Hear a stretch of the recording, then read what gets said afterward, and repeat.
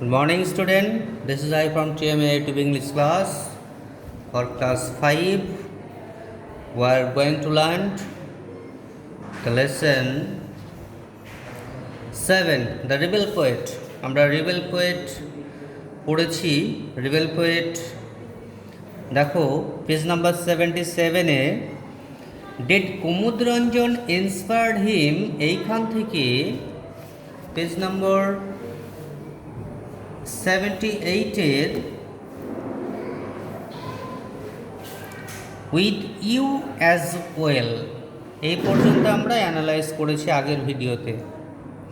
R now we are going to solve the activity 3। আমরা activity 3-তে চলে যাব solve করতে। প্রথমে দেখে নিই অ্যাক্টিভিটি 3-তে কী লিখেছে। লেটস চলো যাই আমরা, লেটস ডু, চলো আমরা করি। এটা লেটাসটাকে সংক্ষেপে দেখতে পাচ্ছ, এখানে লেটস দিয়ে অ্যাপোস্ট্রফি এস দিয়েছে। এটা কিন্তু অ্যাকচুয়ালি লেট আস, এটার শর্ট ফর্ম লেটস ডু। চলো আমরা করি। কি করি? Tick the right answer. Activity 3 লক্ষ্য করো, টিক দিতে বলেছে রাইট আনসারে। রাইট আনসার দিয়েছে, তার মানে অনেক কটা অ্যান্সার এখানে দিয়েছে। একটা কোশ্চেনের তো অ্যান্সার রাইট অ্যান্সার একটাই হয়, বাট রং অ্যান্সার অনেক কটা হতে পারে, যে কারণে রাইট অ্যান্সার তার সঙ্গে রং অ্যান্সার এখানে দিয়েছে, মিক্স করে দিয়েছে। আমাদেরকে বুঝে নিতে হবে এর মধ্যে রাইট অ্যান্সার কোনটা, এবং যেটা রাইট অ্যান্সার হবে সেখানে আমরা কি দেব? টিক মার্ক দেব। 1 নম্বরে লিখেছে কি দেখো, his poems inspired the youth. His poems inspired the youth, তাহলে যুবদের ইন্সপায়ার্ড করেছে তার কবিতা, মানে কাজী নজরুল ইসলামের কবিতা। যুবদেরকে ইন্সপায়ার্ড করেছে মানে উদ্বুদ্ধ করেছে। উদ্বুদ্ধ করেছে, উদ্বুদ্ধ মানে কোনো কাজে কাউকে নিয়োজিত করা, কোনো কাজের প্রতি তাদের আবেগকে বাড়িয়ে দেওয়া, তাদের এনার্জি বাড়িয়ে দেওয়া, তাদের উৎসাহকে বাড়িয়ে দেওয়া, এই ক্ষেত্রে ইন্সপায়ার্ড কথাটাকে ব্যবহার করেছে এখানে। His poems inspired the youth, তাহলে যুবদের উদ্বুদ্ধ করেছে তার কবিতা। চলো কী কী করতে উদ্বুদ্ধ করেছে, এখানে অপশান দিয়েছে দেখো। টু ফাইট দ্য ব্রিটিশ, ব্রিটিশদের সঙ্গে সংগ্রাম করতে। টু হেল্প দ্য ব্রিটিশ, ব্রিটিশদেরকে সহযোগিতা করতে। To talk to the British, ব্রিটিশদের সঙ্গে কথা বলতে। তো ব্রিটিশদের সঙ্গে কথা বলার জন্য কোনো সহযোগিতা ইন্সপায়ার করার কোনো কিছু দরকার নেই, এটা কিছুতেই হতে পারে না। টু হেল্প দ্য ব্রিটিশ, ব্রিটিশদেরকে আবার সহযোগিতা করব, ওদেরকে তাড়ানোর জন্য তো আমরা সব ঐক্যবদ্ধভাবে উঠে পড়ে লেগেছিলাম, কত রক্ত, কত প্রাণ, কত শহীদ হয়েছে। হ্যাঁ, টু ফাইট দ্য ব্রিটিশ, ব্রিটিশদের প্রতি সংগ্রাম করতে। সো ওয়ার নো, আমরা বুঝতে বলেছি, ওয়ার আন্ডারস্ট্যান্ড, আমরা বুঝে নিয়েছি যে রাইট অ্যান্সার কোনটা। অবশ্যই right answer is a, to fight the British, ব্রিটিশদের সঙ্গে সংগ্রাম করতে, এটাই হচ্ছে রাইট অ্যান্সার। 2 নম্বরে চলো, আ পোয়েম দ্যাট হি রোট ওয়াজ, একটা কবিতা সে লিখেছিল। সে বলতে কাজী নজরুল ইসলাম একটা কবিতা লিখেছিল। এর অপশানে দিয়েছে খেয়া পারের তরুণী, বি অপশান রয়েছে প্রশ্ন, সি অপশান রয়েছে বোধ। তাহলে আমরা দেখেছি, সহজে বুঝতে পারছি যে রাইট অ্যান্সার ইজ এ, খেয়া পারের তরুণী ইজ এ রাইট অ্যান্সার। 3 নম্বরে চলো, Nazrul was called, Nazrul was called মানে ওকে ডাকা হতো অথবা ওকে বলা হতো, মানে ওকে একটা ওর নাম দেওয়া হয়েছিল, মানে যে নামটা উপাধি হিসাবে পেয়েছিল নজরুল ইসলাম, সেটাই বোঝানো হয়েছে। তাহলে নজরুল যে উপাধিটা পেয়েছিল, যে নামে নজরুলকে ডাকা হতো, সেই নামটা কী ছিল? The fairy poet. সে পরীদের কবি। উনি তো পরী টরি নিয়ে ও তো কবিতা লিখতেন না, যে রং অ্যান্সার। বি হচ্ছে দ্য রিবেল পোয়েট। রিবেল পোয়েটটা কি? বিদ্রোহী কবি। যখন রিবেল কথার অর্থ হচ্ছে যখন কেউ কোনো গভর্নমেন্টের রুলসের বিরুদ্ধে এগেনস্টে কোনো অ্যাক্ট করে, কোনো কাজ করে, প্রতিবাদ করে, তাদেরকে রিবেল পোয়েট বলা হয়। তাদেরকে এক কথায় রিবেল বলা হয়।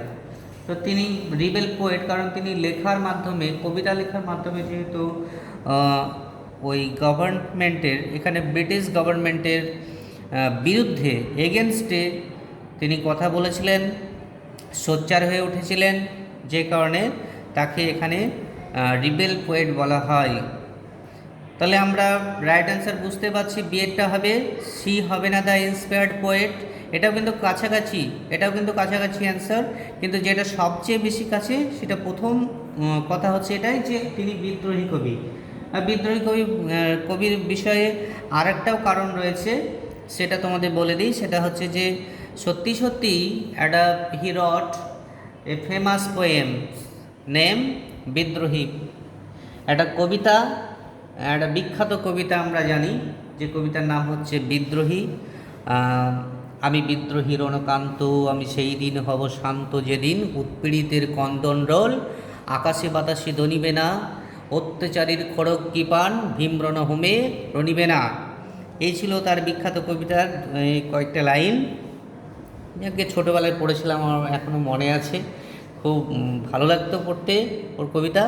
আমি আর না বলে পারলাম না, তাই বললাম আর কি লাইনটা। তাহলে রিবেল পোয়েট বলার কারণ দুটো পেলাম। একটা হচ্ছে তিনি ব্রিটিশ গভর্নমেন্টের এগেনস্টে কবিতা লিখেছিলেন একটা, আর তিনি বিদ্রোহী বলে একটা বিখ্যাত কবিতাও লিখেছিলেন। তার জন্য তাকে রিবেল পোয়েট নামেই ডাকা হয়, মানে বিদ্রোহী কবি নামেই ডাকা হয়। তাহলে right answer is option B, Nazrul was called the rebel poet. চলো আমরা চলে যাবো এবার অ্যাক্টিভিটি 4-এর দিকে। অ্যাক্টিভিটি 4-এ রাইট টি ফর ট্রু, মানে যেটা সত্য, সত্যর জন্য টি লিখো, and F for false statements, একটা বিবৃতি লিখো, মানে একটা সেন্টেন্স লিখো ইন দ্য গিভেন বক্সেস।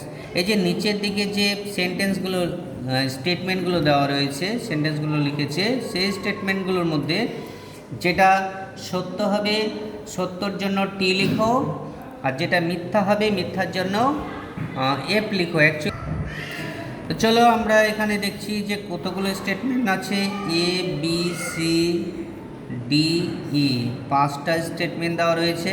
5টা স্টেটমেন্ট আমরা পড়বো আর দেখব যে কোনটা রাইট আর কোনটা wrong. Nazrul was born when India was still under the British rule. Nazrul জন্মগ্রহণ করেছিল যখন ভারত ছিল পরাধীন, এক কথায় ভারত ছিল ব্রিটিশ শাসনের অধীনে। এটা কথাটা কী হবে, ব্রিটিশ শাসনের অধীনে ভারতবর্ষ ছিল, তখন নজরুলের জন্ম হয়। যে রাইট অ্যান্সার, এটা সত্য কথা, মানে অ্যাকচুয়ালি এটা ট্রু স্টেটমেন্ট। তার জন্য আমরা কি লিখবো, এখানে টি লিখবো, বা আমরা পুরো কথাটাও লিখতে পারি, সবচেয়ে ভালো হয় ট্রু লিখবো একদম পুরোপুরি, TRUE, ট্রু। বিয়েরটা কি রয়েছে, Nazrul was not attracted to folk theatre, তিনি ফক থিয়েটারের প্রতি অ্যাট্রাক্টিভ ছিলেন না, কিন্তু আমরা গল্পে দেখেছি যে অ্যাট্রাক্টিভ ছিল, তাই এটা কি হয়ে যাবে, ফলস হয়ে যাবে। ফলস লিখে দেবো আমরা, FALSE, ফলস, মানে এটা মিথ্যা। সি এরটা রয়েছে দেখো, in school Nazrul made the great poet Kumud Ranjan Mallick, স্কুলের মধ্যে সেই গ্রেট মহান কবি কুমুদরঞ্জন মল্লিকের সঙ্গে তার সাক্ষাৎ হয়েছিল। অবশ্যই এটা সত্য কথা, কারণ আমরা গল্পে দেখেছি যে নেক্সট সময় তিনি যে স্কুলে জয়েন করেছিলেন, সেখানকার এই কুমুদরঞ্জন মল্লিক ছিলেন নজরুল ইসলামের স্কুলের প্রধান শিক্ষক। So C statement is true. ডেটা চলো পড়ি। Nazrul serve the Indian army under the British rule. তাহলে নজরুল সার্ভ করেছিল কি Indian army under the British rule. এটাও কী হবে, এটাও ট্রু হবে, ডেটা true, D statements is true. এটা লাস্টটা নজরুল ফাস্টেড ফর 30 days, তিনি 30 দিন উপবাস করেছিলেন। তো এটা কী হবে, এটা অবশ্যই ফলস হয়ে যাবে। কারণ কি আমরা বইয়ে গল্পে পড়েছি যে যখন প্রীতম জিজ্ঞেস করেছিল তার বাবাকে, for how many days did he fast father, তখন ফাদার বলেছিল he fasted for more than a month, 1 মাসের বেশি। তো 1 মাসের বেশি, কিন্তু এখানে যেহেতু বলেছে যে 30 days, অতএব এর স্টেটমেন্টস ইজ ফলস, এটাও ফলস হয়ে গেল।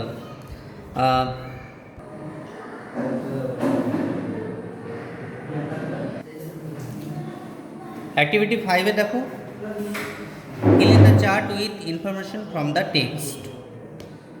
টেক্সট থেকে ইনফরমেশন নিয়ে আমাদের কী করতে হবে, চার্ট, এটা চার্ট রয়েছে, এই চার্টটাকে ফিল আপ করতে হবে, পূর্ণ করতে হবে। এখানে বাম দিকে দেখো ইয়ার দিয়েছে, আর ডান দিকে ইভেন্ট, মানে কোন সালে কোন ঘটনাগুলো ঘটেছে। যদি আমরা একটা ইভেন্ট দেখি তাহলে দেখতে পাবো দ্য রেজিমেন্ট ওয়াজ ডিসব্যান্ড, তা সেনাদল যেটা ভেঙে গিয়েছিল সেটা কত সালে সেটা লিখতে হবে, ভেঙে গিয়েছিল। তাহলে এখানে ইভেন্ট দেওয়া রয়েছে, এখানে সালটা দেওয়া নেই, ইয়ার বাকি রয়েছে, তাহলে ইয়ারটা আমরা এখানে বসিয়ে দেব। এইভাবে অ্যাক্টিভিটি 5 তোমাদের করতে হবে। এটা বাড়ির হোম টাস্ক দিচ্ছি, এটা তোমরা হোয়াটসঅ্যাপ গ্রুপে ফিল আপ করে এটা চারটাকে পূর্ণ করে অবশ্যই গ্রুপে সেন্ড করবে। অ্যাক্টিভিটি 6-এ আনসার দ্য ফলোইং কোশ্চেন রয়েছে। এখানে খুবই ইজি, এটা ডাব্লিউএস কোশ্চেন যাকে বলা হয়। যেমন একটা বলি, who inspired Nazrul to write poems, কবিতা লেখার ক্ষেত্রে নজরুলকে কে ইন্সপায়ার্ড করেছিল, মানে উদ্বুদ্ধ করেছিল। কে করেছিল আমরা জানি, কুমুদরঞ্জন মল্লিক। তাহলে এখানে হুয়ের জায়গায় আমরা কী লিখব, কুমুদরঞ্জন। আরেকটা কথা, স্ট্রং করতে গেলে কী হবে, এ গ্রেট পোয়েট আমরা ইউজ করতে পারি। A great poet Kumudranjan Mallik inspired Nazrul to write poems, তাহলে অ্যান্সারটা খুব স্ট্যান্ডার্ড হয়। এভাবে তোমরা অ্যাক্টিভিটি 6টাকে কমপ্লিট করে এটাও গ্রুপে সেন্ড করবে, অবশ্যই সেন্ড করবে। আমরা চলে যাব পরে লেটস লার্ন, এখানে শিখিয়েছে বিষয়টা let's look at the sentence. চলো আমরা এখানে কিছু দেখব না, সরাসরি এটা বোঝার জন্য। অ্যাক্টিভিটি 7-এ দেখো, আগে বিষয়টা আমরা বুঝে নেব যে কি করতে হবে, কিভাবে করতে হবে। এখানে লেখা রয়েছে, প্রথমে বলেছে underline the adverb in the following sentence. Following sentence কি, এ একটা সেন্টেন্স, এটা একটা সেন্টেন্স, মানে এখানে টোটাল 8খানা সেন্টেন্স রয়েছে, এগুলো হচ্ছে ফলোয়িং সেন্টেন্স। এই ফলোয়িং সেন্টেন্সের মধ্যে থেকে আন্ডারলাইন করা মানে নিচের দিকে দাগ দেওয়া, নিচের দিকে দাগ দিতে হবে। দ্য অ্যাডভার্ব, কোনটার নিচে দাগ দেব, এই সেন্টেন্সের মধ্যে প্রত্যেকটা সেন্টেন্সে একটা করে অ্যাডভার্ব দেওয়া রয়েছে, আমরা সেই অ্যাডভার্ব যেখানে আছে সেটার নিচে একটা করে আন্ডারলাইন করব, অর্থাৎ দাগ দেব। তারপরে কি করতে হবে, group them under adverb of manner, adverb of time and adverb of place. এই অ্যাডভার্বের মধ্যে যে ভাগ রয়েছে, কোন অ্যাডভার্বটা অ্যাডভার্ব অফ টাইম, কোনটা অ্যাডভার্ব অফ প্লেস অ্যান্ড কোনটা অ্যাডভার্ব অফ ম্যানার, সেগুলো আমরা অ্যাক্টিভিটি 7B-তে চার্ট রয়েছে, সেখানে আমরা ভাগ করে লিখবো আর কি। কিন্তু এখানে যেটা করতে হবে সেটা আগে আমরা আন্ডারলাইন করে নেব। আন্ডারলাইনটা করি, now I will go to school. এখানে অ্যাডভার্ব হচ্ছে কি, আন্ডারলাইন করব নাও এর নিচে, নাও এটা হচ্ছে adverb. He sat beside me, beside এর নিচে আন্ডারলাইন করবে। He will watch a play tomorrow, এখানে টুমরো এটা হচ্ছে আন্ডারলাইন করো, এটা adverb. She eagerly waited for the result, eagerly এটা হচ্ছে অ্যাডভার্ব, এখানে আন্ডারলাইন করবে, ইগারলি নিচে আন্ডারলাইন করবে। পাঁচেরটা the train move slowly out of the station, এখানে স্লোলি এটা হচ্ছে একটা অ্যাডভার্ব, এখানে আন্ডারলাইন করব স্লোলি নিচে। We won the match yesterday, yesterday এটা আমরা আন্ডারলাইন করব, এটা একটা অ্যাডভার্ব, ইয়েস্টারডে নিচে আন্ডারলাইন করব। কাম হেয়ার, হেয়ার এটা হচ্ছে একটা অ্যাডভার্ব, এখানে হেয়ারের নিচে আন্ডারলাইন করব আমরা। সর্বশেষ যে সেন্টেন্সটা রয়েছে 8 নম্বর sentence, I shall gladly do it, gladly এটা হচ্ছে অ্যাডভার্ব, এখানে আমরা আন্ডারলাইন করব। তাহলে আমাদের আন্ডারলাইন করা হয়ে গেল, এগুলো সবাই কিন্তু অ্যাডভার্ব। এবার এই অ্যাডভার্বগুলোর মধ্যে থেকে কোনোটা হচ্ছে অ্যাডভার্ব অফ টাইম, কোনোটা হচ্ছে অ্যাডভার্ব অফ ম্যানার, কোনোটা হচ্ছে অ্যাডভার্ব অফ প্লেস। তাহলে আমরা ফার্স্ট টাইম উল্লেখ করেছে কোনগুলো দেখো, নাও এখন, নাও মানে এখন, তাহলে নাওটা হচ্ছে অ্যাডভার্ব অফ টাইম। টুমরো আগামীকাল, এটাও হচ্ছে অ্যাডভার্ব অফ টাইম। ইয়েস্টারডে গতকাল, এটাও হচ্ছে অ্যাডভার্ব অফ টাইম। তাহলে অ্যাডভার্ব অফ টাইম আমরা আলাদা করে নিলাম। এরপরে অ্যাডভার্ব অফ ম্যানার, মানে এগুলো কি হয়, ম্যানার অফ অ্যাকশন, কাজের প্রকৃতি অনুযায়ী এই অ্যাডভার্বগুলোকে ব্যবহার করা হয়। তো অ্যাডভার্ব অফ ম্যানার কোনগুলো, আমরা পেয়েছি ইগারলি এটা adverb of manner, slowly adverb of manner, gladly এটাও হচ্ছে অ্যাডভার্ব অফ ম্যানার।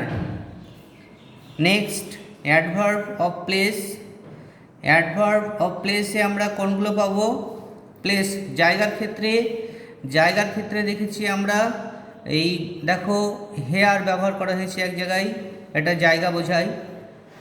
তারও আগে যদি দেখি 2 নম্বর সেন্টেন্সে রয়েছে বিসাইড মি, আমার পাশে, তাহলে বিসাইডটা হচ্ছে অ্যাডভার্ব অফ প্লেস। অ্যান্ড 7 নম্বর সেন্টেন্সটা হেয়ার, এটাও হচ্ছে অ্যাডভার্ব অফ প্লেস। তাহলে এই হচ্ছে আজকের অ্যাক্টিভিটি। প্রথমে কি করেছি, অ্যাক্টিভিটি 3, অ্যাক্টিভিটি 4, 5, 6 তোমাদের হোম টাস্ক দিলাম। Activity 7A, activity 7B today's completed. Home টাস্কগুলো অবশ্যই গ্রুপে সেন্ড করবে। আজ এই পর্যন্ত। Thank you so much for watching this video.